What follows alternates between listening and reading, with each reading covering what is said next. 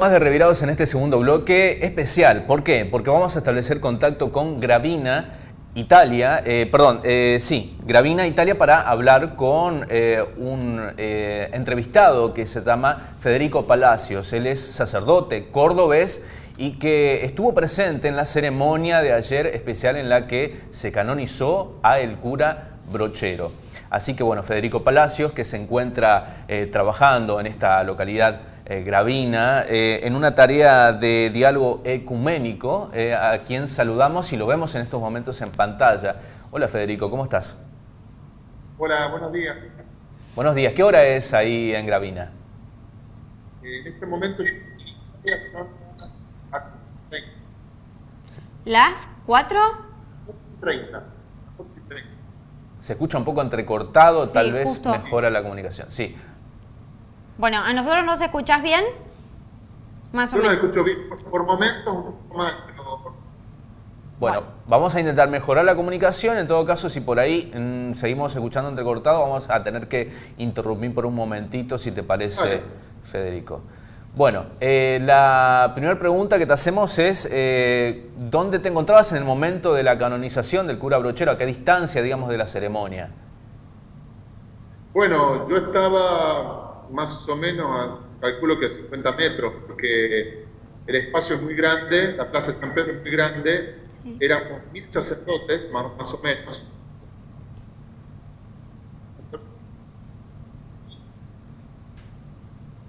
Se escucha, no se te escucha. No estamos escuchando. No estamos escuchando. Bueno, vamos a tratar de ajustar unos detalles si nos esperás un momento, como para volver Ahí a está. entrevistar a... ¿Probamos? ¿Sí? Sí. Ahí está. Bueno, me parece que te volvimos a escuchar y nos contabas un poco sobre el espacio en la Plaza San Pedro, que es un lugar muy grande.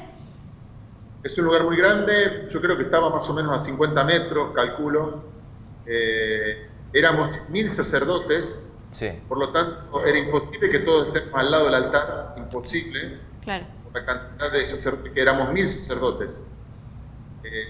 Muchos de Argentina y de México, de Italia.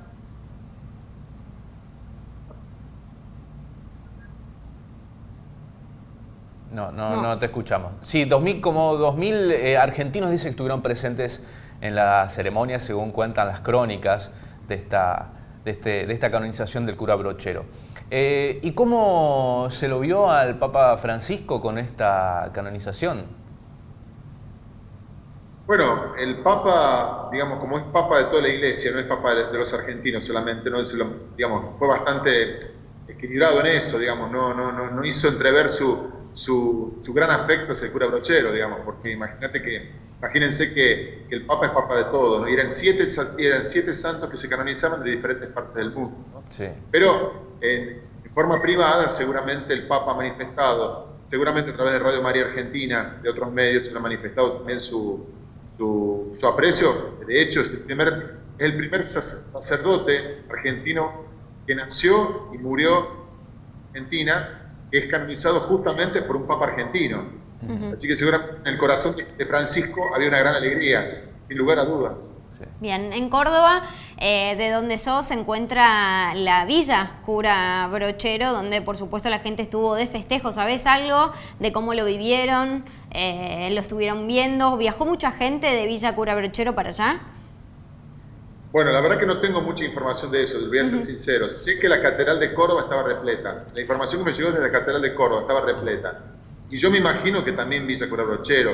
Yo tengo sabía de gente del norte que viajaba a Villa Cura Brochero a la canonización de este santo, ¿no? Por eso, no sé la cantidad exacta, sé que la Catedral de Córdoba estaba repleta, me llegaron fotos de la Catedral de Córdoba. Sé que había pantallas tanto en Villa Cura Brochero como en Córdoba, en la catedral había pantallas para seguir la canonización de San José Gabriel. Sí. Así que eso, ¿no? Y en una ceremonia como la santificación de varios beatos, como sucedió ayer en el Vaticano, ¿cómo es recibido por la gente? ¿Cómo es esa sensación que tiene la gente que podés ver en vivo y en directo, Federico? Bueno, la verdad que fue muy emocionante. porque para todos los que estábamos ahí, que de alguna manera habíamos tenido una cercanía a algunas de estas figuras, ¿no? Como el caso de los argentinos con Cura Brochero, el caso de los mexicanos con San José Sánchez del Río, un nenito de 14 años de mártir, ¿no? Sí. Del siglo XIX, ¿no? Digamos, para todo lo que ha sido muy emocionante. Yo creo que el santo se experimenta que el santo permanece vivo de alguna forma. Sí. Permanece vivo cuando la Iglesia reconoce la santidad de una persona, de un hombre de Dios o de una mujer de Dios que vivió el Evangelio. De alguna forma experimenta la Iglesia que sigue viva. Sigue viva delante de la presencia de Dios, ¿no? Por supuesto, ¿no? Sigue viva de alguna forma. Y yo creo que ayer Cura Brochero con su mula Malacara estaba recorriendo, estaba recorriendo las calles del Vaticano, ¿no? Sí. Y lo interesante, lo lindo es que cuando la Iglesia reconoce la santidad de alguien, no digo del ser beato, porque el beato, ustedes saben que el beato es un reconocimiento más bien regional.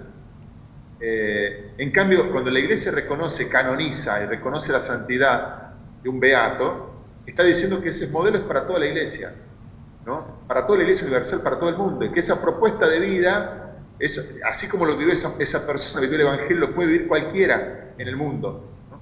Yo creo que eso es lo que ayer experimentamos muchos argentinos, muchos mexicanos, ¿no? Experimentamos en ese momento, ¿no? Sí. Para mí personalmente, que soy nuevito como sacerdote, ¿no? Para mí se me presentó como un modelo muy cercano a la mano, la figura de Cura Brochero, ¿no? Sí, quiero contar una cosa. Sí, quería contar una cosita que tiene que ver con Cura Brochero, que son los 2 milagros por los cuales fueron los motivos para santificarlo. Fueron 2 niños, un bebé y una nena de 7 años, que sufrieron problemas en la cabeza, problemas cerebrales muy graves, y que, bueno, familiares o gente cercana a estos niños pidieron por la intervención del Cura Brochero, y ellos están vivos y muy bien en el día de hoy, estos 2 casos, el caso de Camila y el caso de Nicolás. Esos fueron como los casos por los cuales los llevaron a santificar a el Cura Brochero.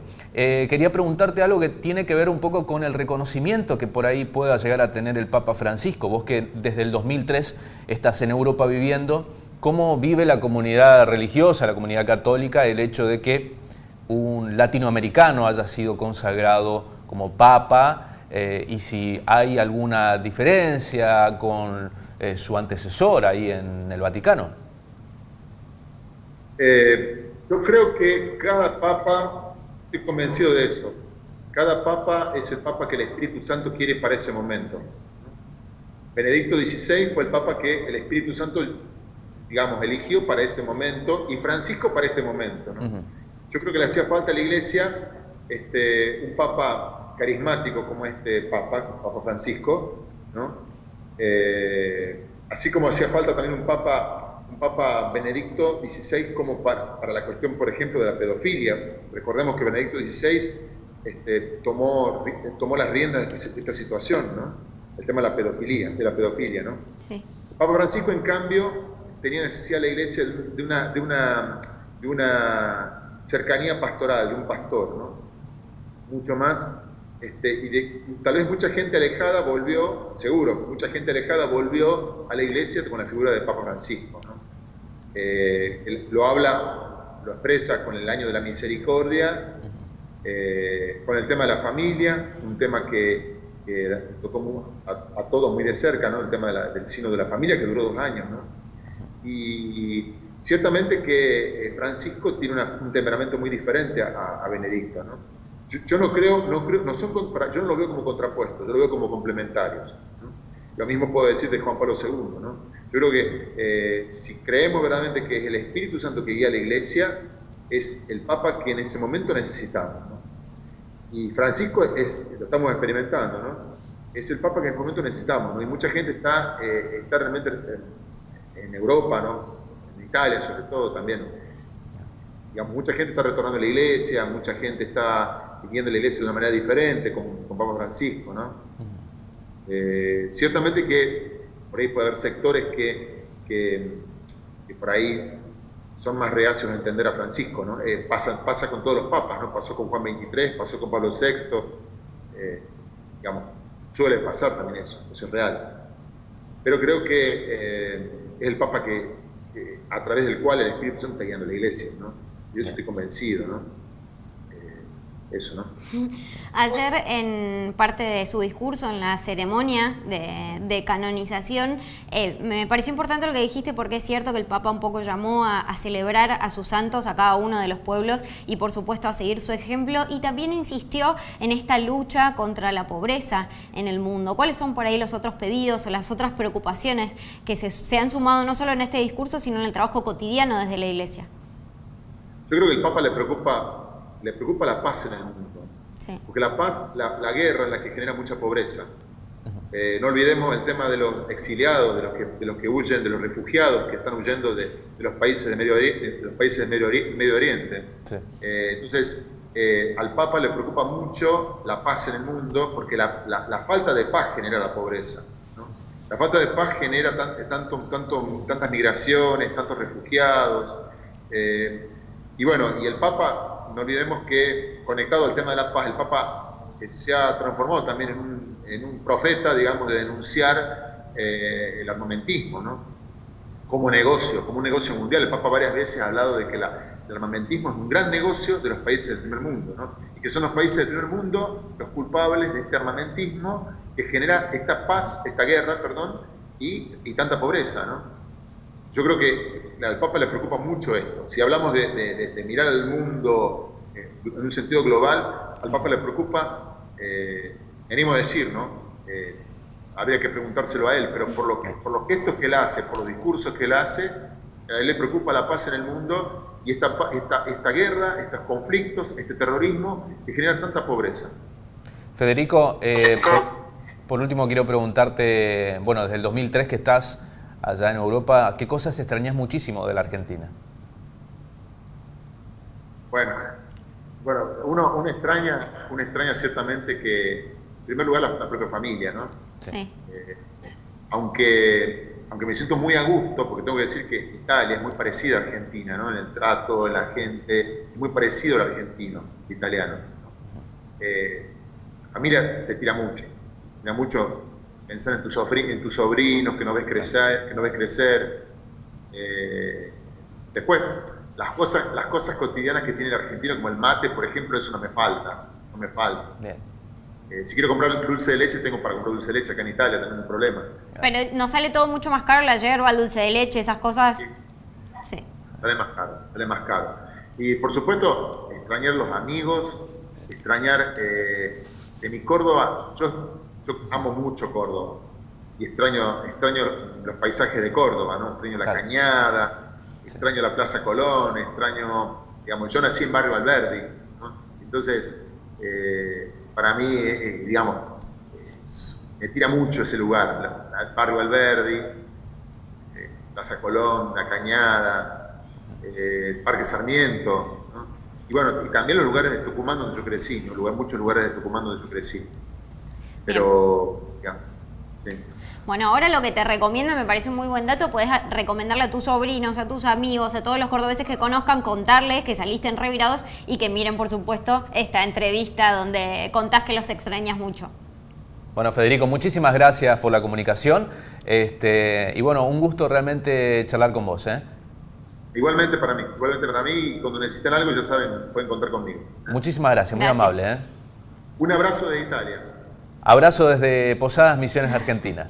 Bueno, Federico Palacios hablando con nosotros desde Gravina, Italia, a 6 horas de Roma, por eso le resultó muy fácil llegar hasta allí, esta ceremonia donde se santificó, entre otros beatos, al cura Brochero, que también Federico Palacios es columnista del diario La Voz del Interior. En la actualidad está trabajando con una comunidad llamada de Jesús, si no me equivoco. Perteneció muchos años a la diócesis de Córdoba y actualmente trabaja en un diálogo ecuménico en Italia. Agradecemos a César Lazo también, el cordobés, que hizo esta conexión de producción como para hablar con Federico Palacios. Bueno, continuando con el cura Brochero, pero volviendo a la provincia de Misiones, particularmente a la ciudad de Posadas y el barrio de Tambeguazú, se ha inaugurado la primera iglesia del país que se ha oficializado, se ha abierto ya para todos los vecinos, que lleva el nombre del cura Brochero. Este dato de que es la primera del país, confirmado confirmado desde Córdoba, Villa Cura Brochero, en contacto con el obispo Martínez, quien, bueno, ha formado parte de esta inauguración. En el próximo bloque, una persona que se porta tan bien que tal vez algún día se convierta en santo. Facundo Álzaga con la columna de deportes. Ya volvemos.